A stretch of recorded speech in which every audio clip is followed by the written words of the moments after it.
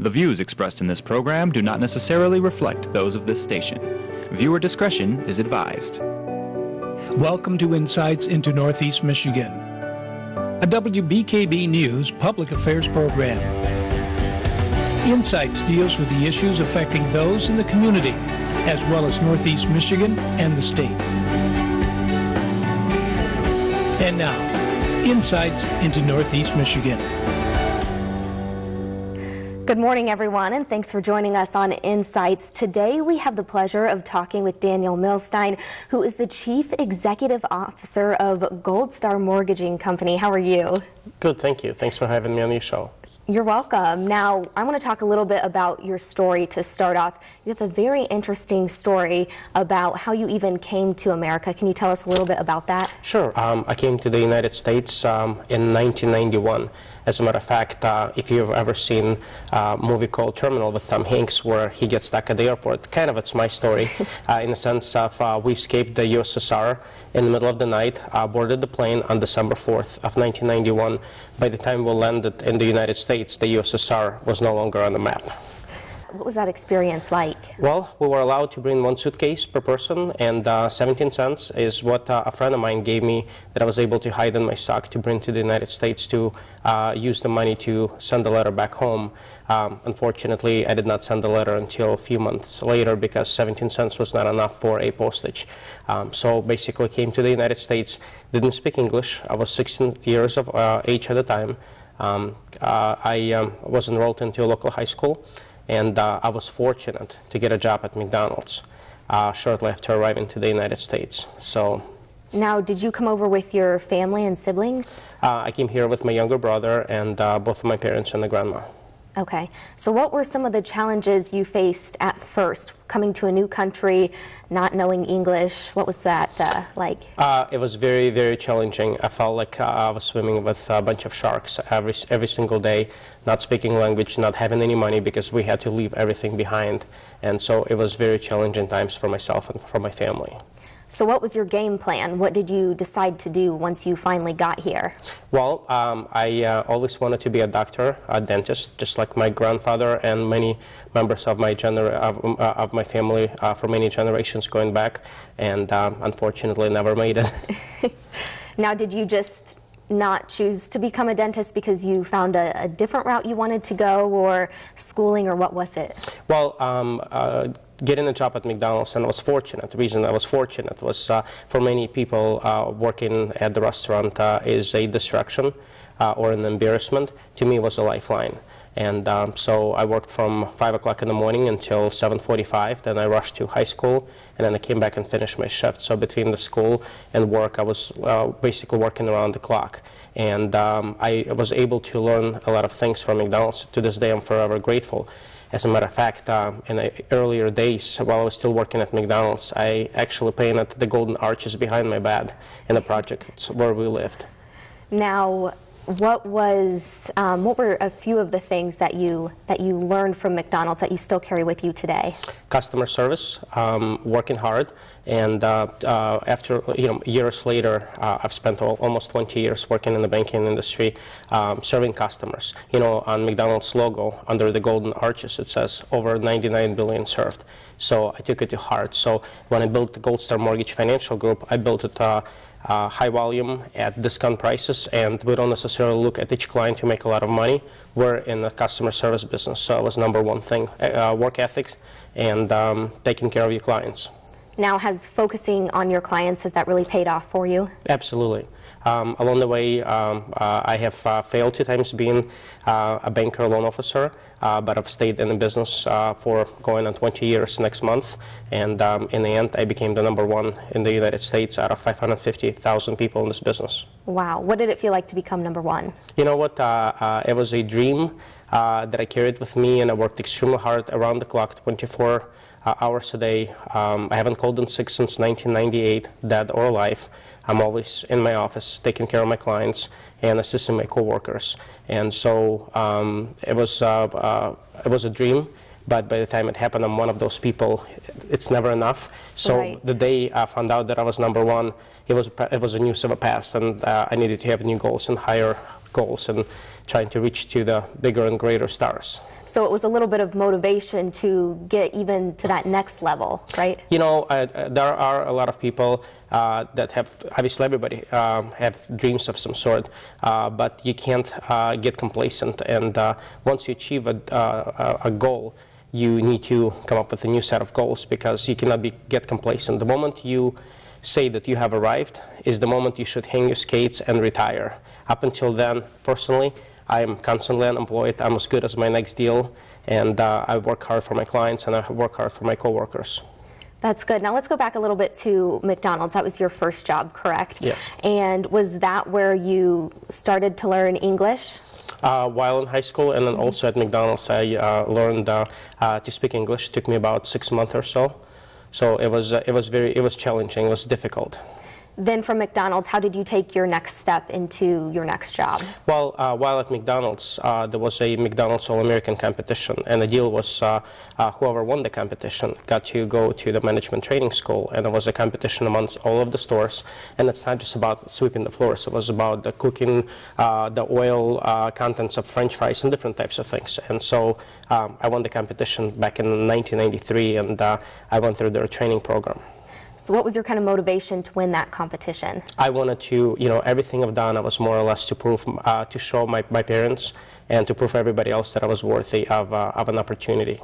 Were people shocked when you won, or did they just know Daniel's going to win this competition? No, nobody knew, and you know, you have to, you know, one of the things that I always tell people, you have to set your goals so high that you feel embarrassed telling your friends about it.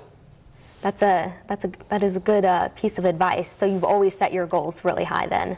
Absolutely. Has there ever been a time where you didn't achieve those goals and had to reevaluate? Well, you always have to reevaluate and look for other opportunities. You never change the goals. You change the course to get to the goals, but you never change the end result. One of the things is, as you mentioned earlier, I didn't become a doctor, and I'll keep joking. The reason I'm not a doctor, because I couldn't afford the pay cut. Yeah. So it's a joke. I am. Right. I was fortunate to receive a couple of honorary doctorate degrees to make my mom extremely happy. So I am kind of a doctor, but not a medical one. Yeah, I'm sure she's proud of those degrees too. So you did end up going to college then after high school? While working, in the banking field, I went to college. It was more or less. I finished the college while being a divisional president for another big mortgage company. And as I was sitting at the commencement speech, graduating from college, I had a very polished, very good career. And I was at that point in time already ranked in the top 10 out of 550,000 bankers in the world. Wow, that's so amazing at such a young age to be able to do that. You know, I'm not successful, Alexandra. The day I acknowledge that I'm successful is the day when I'm going to hang my skates and I'm going to go home for good. Up until then, I'm as good as my next client. So even though you have that motto, do you acknowledge or recognize how well you have done for yourself so far?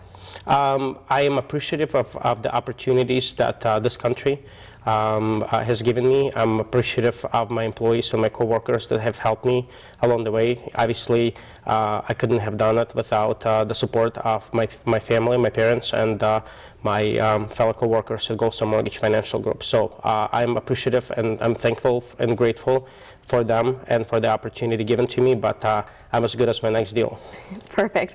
All right, Daniel, well, we need to go to commercial break, but when we come back, we're going to talk a little bit more about how Daniel started his company. Welcome back to Insights, everyone. We're still sitting here talking with Daniel Milstein. Now, Daniel, I want to talk a little bit more about Gold Star Mortgaging. How did you get into that? Well, while working the restaurant jobs, I was taking the connecting bus in downtown of Ann Arbor, and I saw this big, beautiful building with well-dressed men and women going in and out. So it was TCF Bank.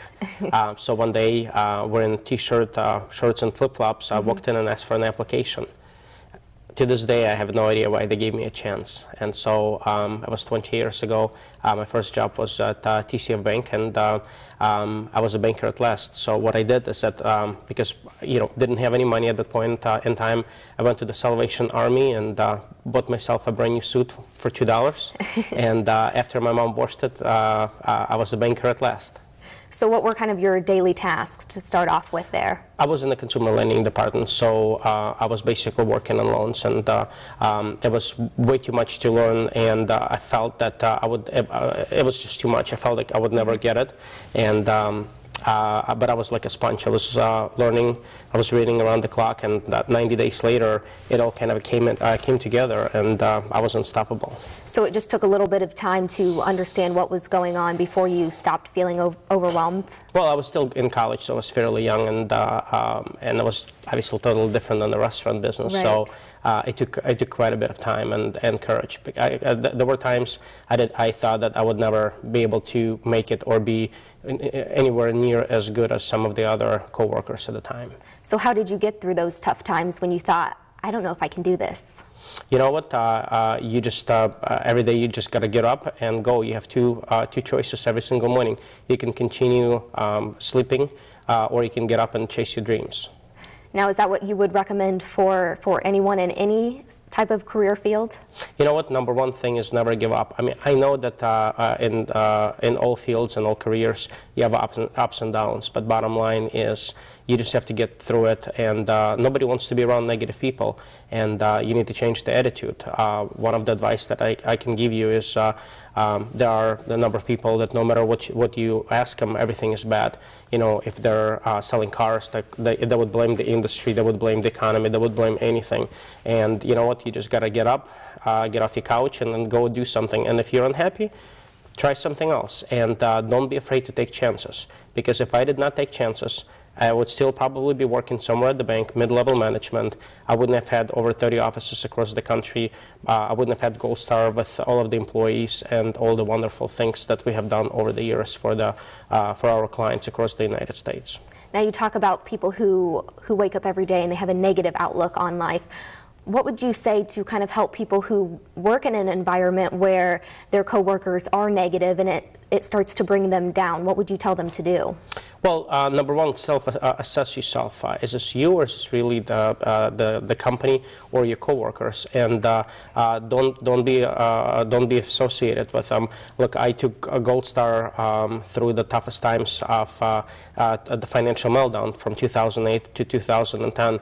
I stood up in front of my employees at the time, and we were a fairly smaller company. We had about maybe 100 employees at the time, and I declared that Gold Star Mortgage would not be participating in the world's recession. And we were in business of lending, and that's what we did. And that was the attitude that was basically shown and sent down to all the ranks within the company. As a result, at the time, Gold Star's revenues have gone up 712%. We made the Inc. 500 list for the first time, and we were one of the fastest financial services growing companies in the United States. So when you said we will not be participating in the recession, did people in your company, did they look at you like you were crazy? Some did, some didn't, but bottom line is, everybody knew. It was very challenging times. Obviously, their coworkers or their friends and people that they used to work with for different companies were losing their jobs. It was scary for everybody, but bottom line is that I had two choices at the time. Basically, do what everybody else did at the time, just sit on the couch and complain and blame and basically make myself believe that it's not just me, it's everybody. Or I had a chance to stand up and take over and be the leader. And at that point in time, it wasn't about me. I was financially set at the time. It was more about saving all of my coworkers' jobs and protecting them against the financial mess, the meltdown that was happening in the United States. So you would say one of the main things that people need to do is to stay positive and believe in their goals. Correct. And if everything is bad, then you just need to start looking for something else. But, sometimes it's a career.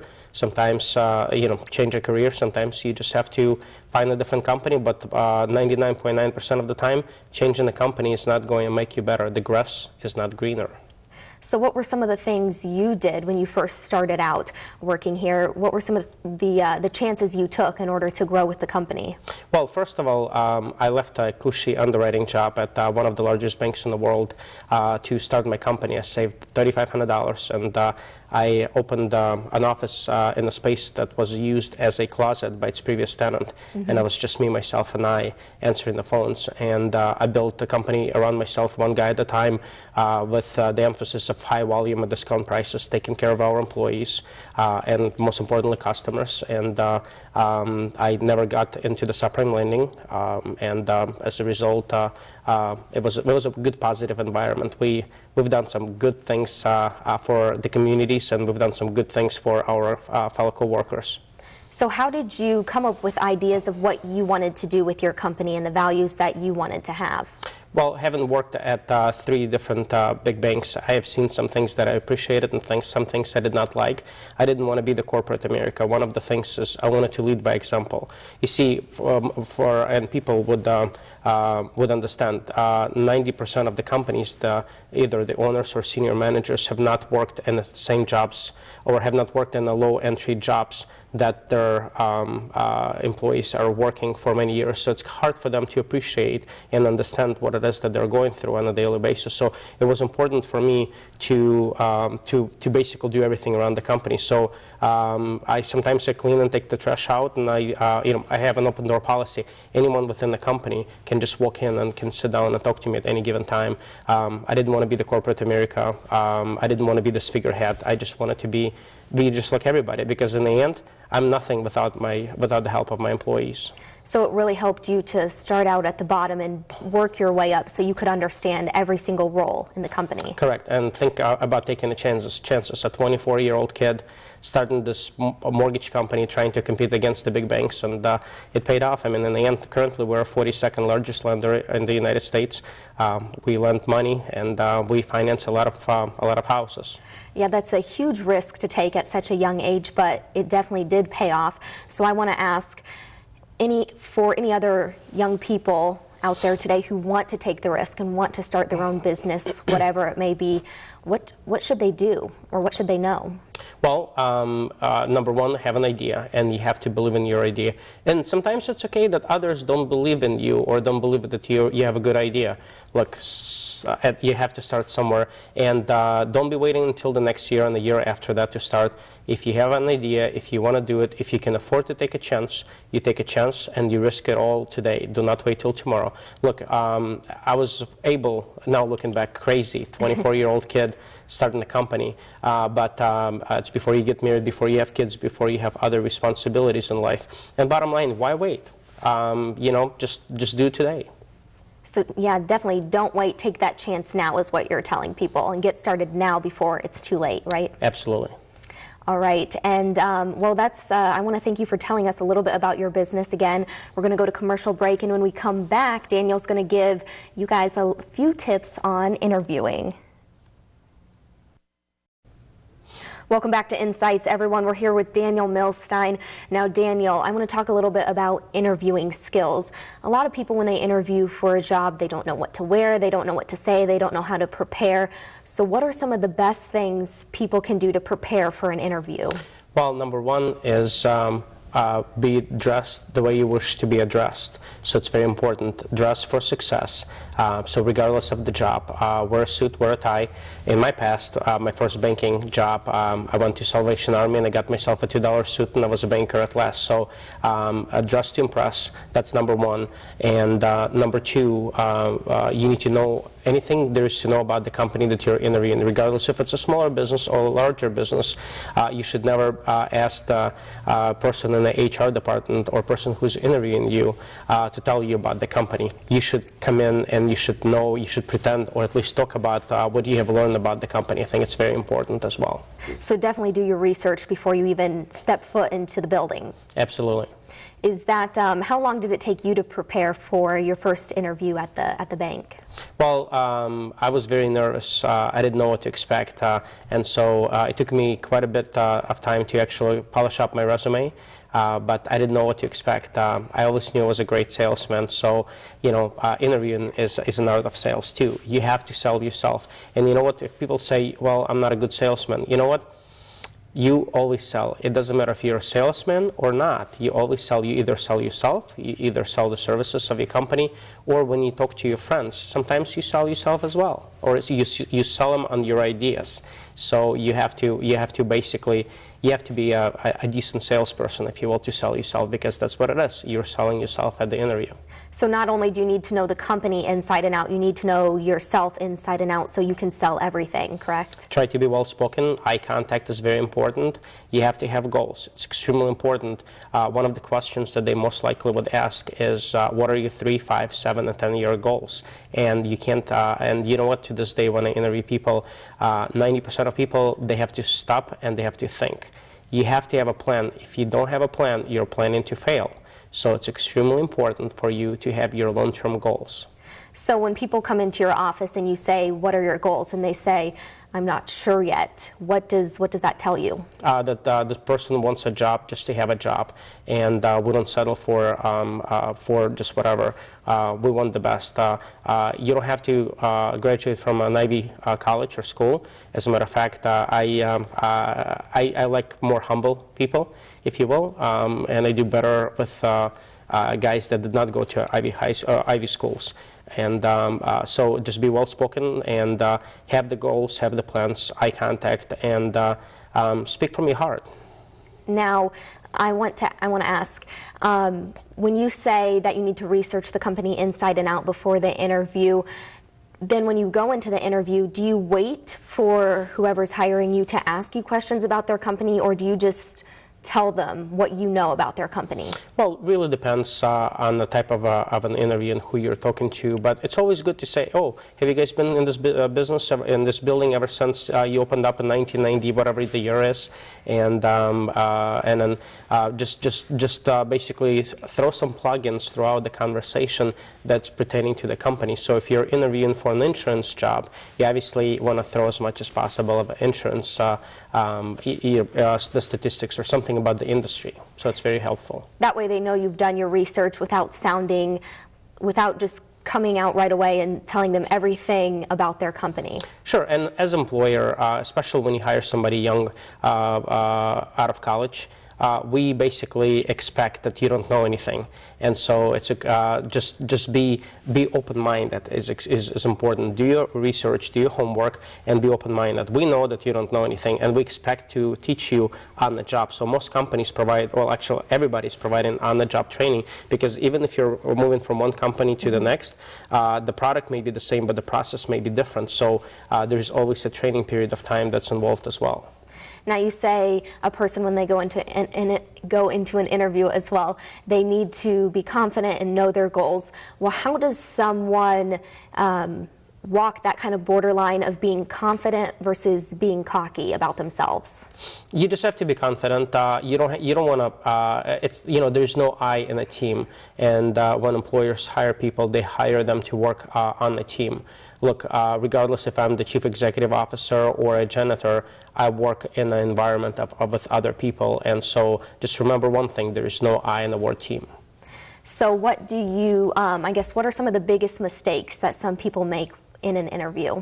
Well, just recently I had a salesperson who brought their financial statements, W-2s from 1998. I'm like, this is great, but what have you done in the last 15 years? Yeah, this is no help. Exactly. So, when people just come into an interview, and then you can see in their eyes that they really don't want to be there. They need the job, but they really don't want to be interviewed.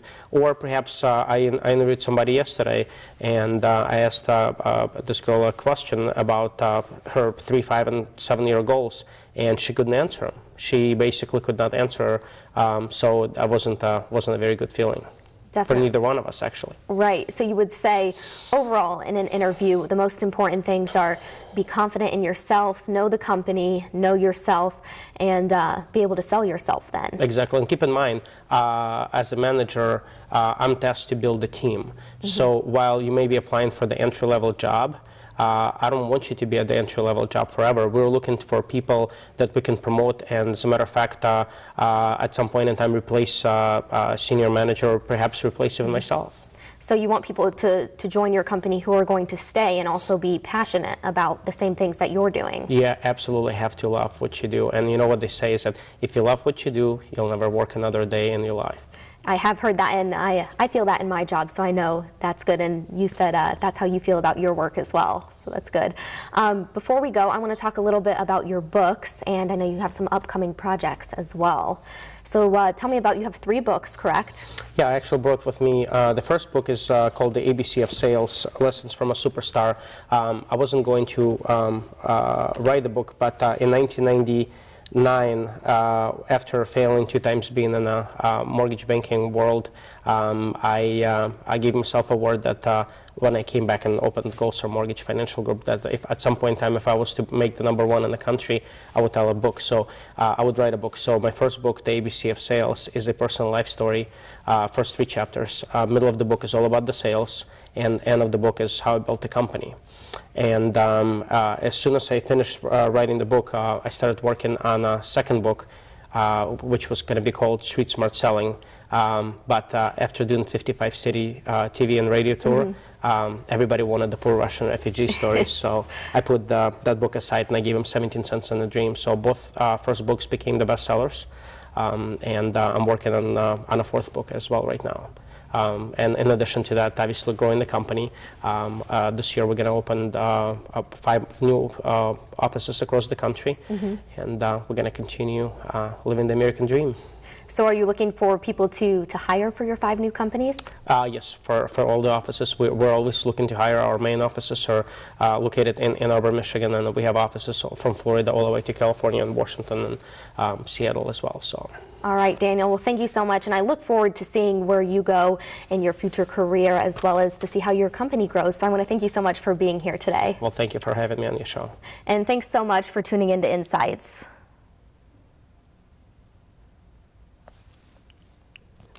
We good?